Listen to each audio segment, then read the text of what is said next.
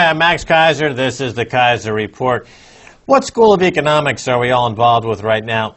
Actually, none. We're only involved in massive banking fraud, and I want Stacy Herbert to come in and give us some details. Stacy. Well, a crucial element to the banking fraud is accounting fraud and accounting errors. The first headline, Max. Oops, the financial crisis was actually just an accounting error. You can all go shopping again. And this is from maxkeiser.com. I wrote the headline. Excellent job. And it was referring to two headlines that I noticed. Germany discovers extra $78 billion on major accounting error. And then, accounting error trims Irish debt load. So Ireland's finance department has discovered an accounting error that will bring down its national debt by $4.9 billion. The unexpected bonus will trim Ireland's 2000 debt to $197 billion. This is the shadow banking system, where they do all of the banking deals. It's about the same size as the visible banking system, and depending on the politics of the moment, the banks can add or subtract debt at will, depending on what their political agenda is. Remember, during the 2008 crisis, suddenly Hank Paulson in the U.S. said, oh, there's all kinds of debt about to be unleashed, give us money, and he put a gun to people's head and he held them hostage. And this is the problem of having a shadow banking system. It gives the bank robbers and the politicians a way to put a gun to people's head. And remarkably, in the United States, they always criticize socialism as the government having a gun to your head. And yet, literally, Goldman Sachs has a gun to America's head, but they call that capitalism. Well, speaking of terms, one of the things that many heads of corporations or politicians resist is a debt jubilee, even though we've had it for thousands of years. And I thought this was a good way to actually use their own term, something that they're familiar and comfortable with, of accounting fraud, and just use this as a way to get rid of all of our debt problems just by, swapping things around on the ledger. Right. Well, this is the shadow banking system needs to be reduced, which is the same thing as a debt jubilee. This is something new in the annals of banking scandals. It's only been about 30 years in the whole history of banking that you have the development of the shadow banking system, the dark pools, as they're called, the completely opaque global trading that goes on. The fact that Ireland and Greece or Germany or some other country can announce that they've discovered debt or they adding new debt that they didn't see, it shows you how connected these things are. And at the very top, as we know from a report that just came out recently, the entire banking system is controlled by a very few group of bankers, with Barclays at the very top of the pyramid. And notice again the word error. It's an accounting error when the top 0.1%, those people who control the entire global financial system, when they commit fraud, it's called an error, just a simple accounting error. When a normal person does it, they end up in jail. Pregnant mom arrested, child taken over $5 shoplifting charge. So this was a woman in Honolulu. She was 7 months pregnant. She was famished, and she ate 2 sandwiches worth $5 in a Safeway supermarket in Honolulu. And she was arrested on shoplifting charges because she forgot to pay, which is exactly an accounting error. Right, and the error is an interesting word here. When I was working on Wall Street, we had the error account, which is the error account for the office, and every office has an error account, where whenever you break the law and you commit an act of criminality that it results in a loss, you stick that in the error account. And then you work it off through IPO, hot IPOs, for example, this Groupon IPO or any IPO where it's hot, the day one, it's up 20 or 30%. They do that on purpose to wipe away the errors in the error account.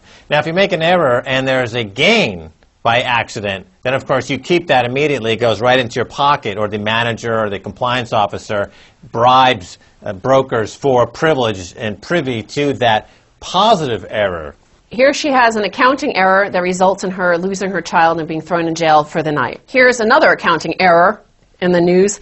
Hunt for MF Global's missing $700 million.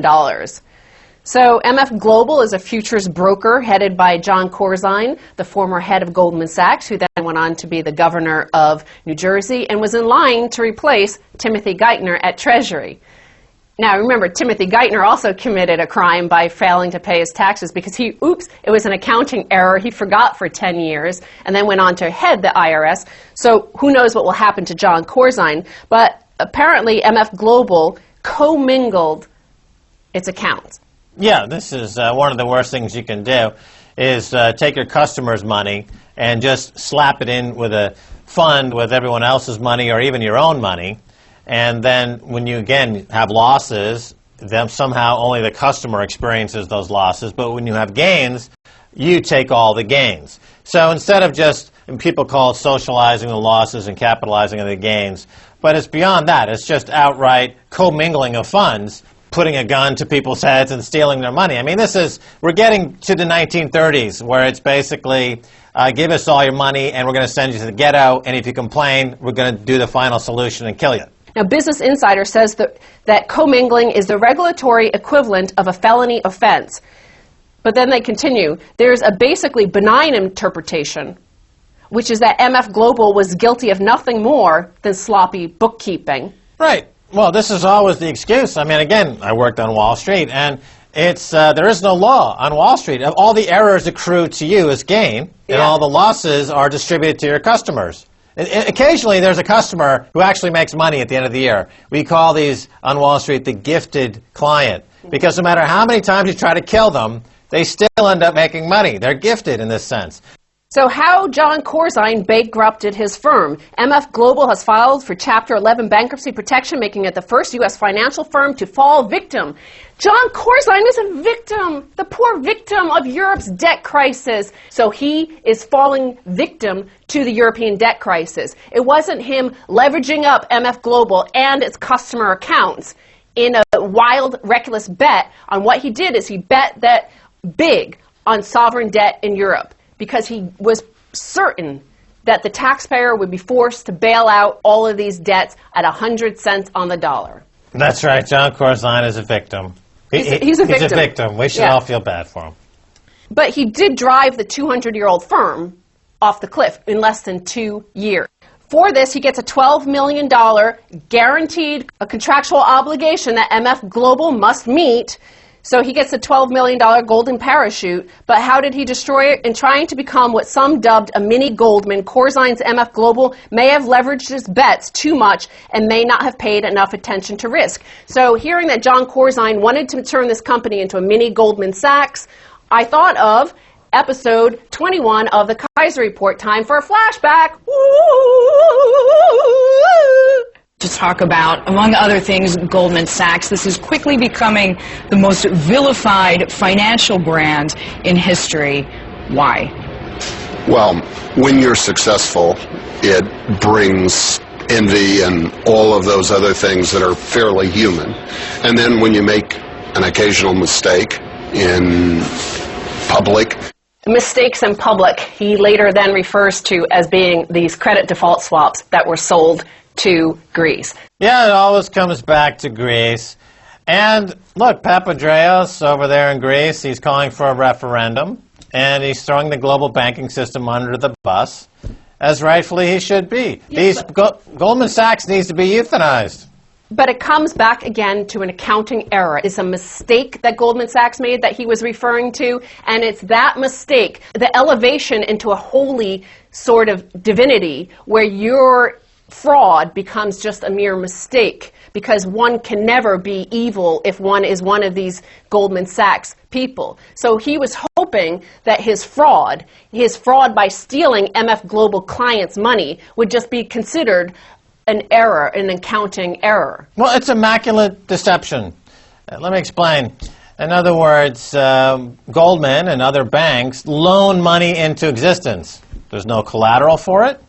They simply loan money to people to do deals, mergers, acquisitions, initial public offerings, and this money comes out of the moneyosphere. There's no basis for it. There's no collateral for it. There's no physical representation of it.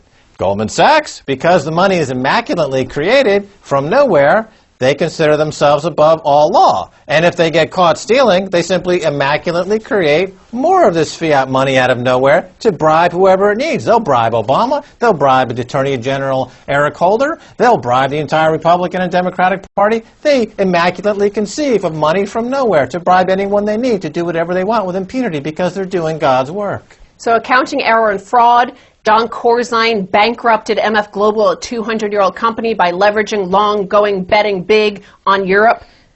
Here's this headline, Max. Selling more insurance on Europe debt raises risk for U.S. banks. Yes, guarantees provided by U.S. lenders on government, bank, and corporate debt in Europe rose by $80.7 billion to $518 billion, according to the Bank for International Settlements. Almost all of these are credit default swaps. The sellers of this insurance/credit default swap take the premium as cash immediately, and they're never on the hook for any liabilities because they're causing systemic failure. When the system collapses and they say we can't pay out because the system collapsed, well, what about the money you took selling the insurance against systemic collapse? We can't find it. It's with John Corzine. It's in the shadow banking system. Where did it go? It's like Jackie Mason is running the global system. Where did it go? I don't know where it went. There's $700 million. It was here one day and it was here another day. I don't know. You ask me. He's got a bagel. I got a schmear. I don't know where the money went. I don't know. They don't know. But it all comes back to these Occupy Wall Street protests, and all the media, the puppets, the mouthpieces for these bankers, for the Goldman Sachs bankers, say that these protesters are anti-capitalist. Well, time and time again, every single headline we show you, we expose the truth that they are relying, all of these guys, Goldman Sachs, JP Morgan, Morgan Stanley, Dexia, all the people investing in these companies, all the bankers, they expect a taxpayer bailout. That the whole system depends on that. That ain't no capitalism. And for that, you need GIABOzilla, our artwork here, Max. Oh, this is a good one, GIABOzilla. That's you, and you're looking angry. Look, that's you in the background with the big look. That's you, and you're looking pretty wild and angry there, Max. Isn't that you in the background? Look at that. Well, it's certainly my face. The big 50-foot-tall Stacy stalking the globe. Well, Stacy, that's unfortunately all the time we have. Thanks so much for being on the Keiser Report. Thank you, Max. Don't go away. Much more coming your way, so stay right there.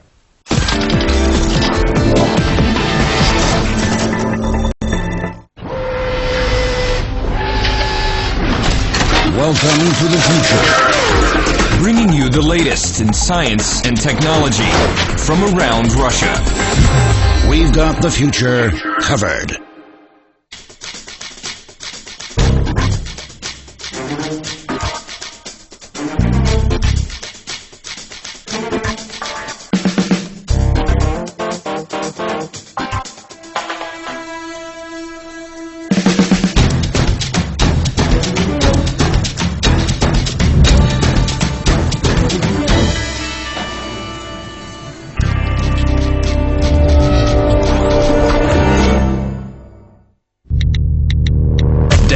The official RT application to your iPhone or iPod Touch from the iTunes App Store.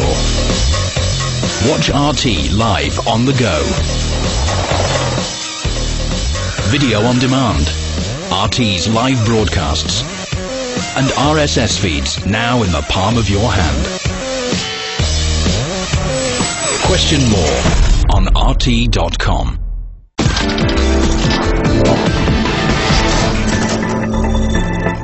Hi, I'm Max Keiser. Welcome back to the Keiser Report. Time now to go to upstate New York and talk with author, blogger, thinker, all-around swell guy, James Howard Kunstler. James Howard Kunstler, welcome back to the Keiser Report. Hey, Max, you forgot to say that I bake cookies and make my own clothes. Yeah, I heard you make your own cookies, and you're putting the Girl Scouts in the community a good run for their money. All right, James, you've been a veteran of the culture wars over the years, and right now the global financial collapse is gathering speed in your travels and from visits to your website, Kunstler.com. I get the sense that you sense a great social uprising is happening right now, that this is really not just a flash in the pan, what we're seeing with these Occupy movements, but something bigger. Can you talk on that a little bit? One of the things that nobody has talked about is what's going to happen in the summer of 2012 when the party conventions are held. And it seems to me that we are going to be facing something that will make the 1968 conventions look like a Labor Day picnic. And the failure of both parties is really sort of bringing us back to something like the late 1850s, when the American political parties lost legitimacy so that they started to disappear. You know, the Whigs were running America for 30 years going into the mid-1850s, and one day they were just gone because they didn't stand for anything anymore, and nobody believed in them, and they lost their legitimacy, and they're gone virtually overnight. You know, so you're going into the 1860 election, and you know, this new party comes along, the Republican Party. They've already run one candidate in 1856, John C. Fremont, the Western explorer, and he obviously did not win the presidential election. But in 1860, they come up with another guy, you know, Abraham Lincoln, a congressman, a one-term congressman who came out of nowhere, a railroad lawyer who had one amazing ability. He was able to articulate the terms of the convulsion that the nation was entering into. And I think that we're in a similar situation now as we were the last time that America faced a really great civic convulsion. And that was the period just before the Civil War. So I think we're heading for a tremendous political upheaval in the coming year. All right, you mentioned two periods in American history marked by war, 1860 and the Civil War, which was coming about, and of course 1968, the Vietnam War. Vietnam War in America, the draft resulted in the popular uprising at that time, the youth movement, and the anti-war sentiment. Of course, America doesn't draft any more people for their wars anymore. They outsource to private contractors and mercenaries like Halliburton. And they get people, however, in the U.S. to pay for this war and to impose austerity measures. So in a lot of ways, you could say that people are being drafted into the poverty, the war against wealth, the continuation of this wealth and income gap. People are being drafted into that. There's a war going on between that 1% versus everybody else. So I guess the comparison you're making is that it is similar to 1968 in that we do have this war going on. It's just an undeclared war. With all of these epochal, historic predicaments, you know, you get new problems coming along. And the problem that we're facing really is the rule of law in money matters. And we can't seem to reestablish it.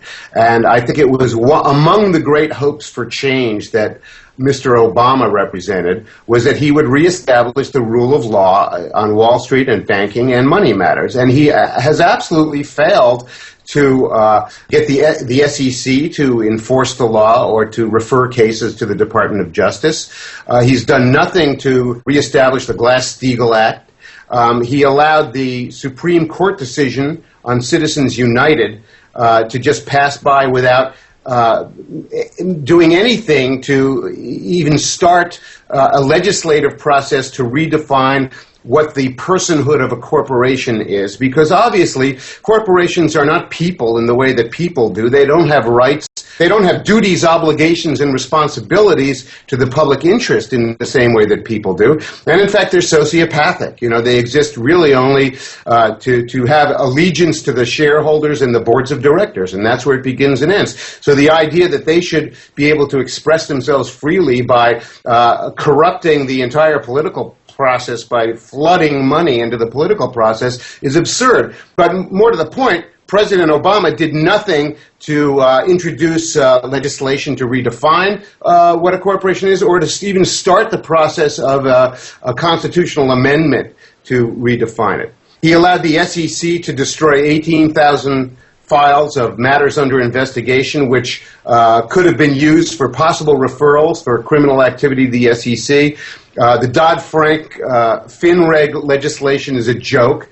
It really didn't even include any regulation. That was all left until after the bill was passed and for the bankster lobbyists to go in and actually write the rules, which is what they've been doing for the last 18 months, and that's absurd. So, he's done nothing to deconstruct the too big to fail banks and make them smaller and make them less dangerous to the systemic integrity of the financial system. So I think that, these failures are just so monumental that they really invite a third party. And I heard something interesting the other night. I was at a conference in Virginia, and I was talking to a guy who was a political operative for Howard Dean. I told him I'd heard a podcast in which Larry Kotlikoff, the Boston University economist, one of the only economists in the whole USA who has a credible idea about anything, had been talking about advising a possible third-party candidate. And I was wondering if it was actually Howard Dean, because he's kind of stepped out of the picture for the last 4 or 5 months. But it's beginning to look like it may actually be Michael Bloomberg. And Michael Bloomberg is very quietly going around hiring people, including a lot of people who worked in the Hillary Clinton campaign. And he's a political independent now. And, I think that there may be a possibility that he may be mounting a third-party campaign. And he doesn't have to, he doesn't have to go out there and raise money. He can just wait for these Republican stooges and dunces to knock themselves off and for Mr. Obama to keep on just doing what he's doing, which is pretty much nothing. And then, we'll be in the spring or summer of 2012, and, Mr. Bloomberg may present himself as at a very interesting historical threshold moment. So we'll see how that works out. All right, James Howard Kunstler, let me ask your thoughts, a bit of a thought experiment here for a second, because you mentioned how corporations have the rights of individuals in America. This is something that came out actually of the civil rights movements of the 50s, where there was a huge grab of power by corporate America. Is it related to the power given over to minorities in the U.S.? But let's go into a thought experiment here for a second.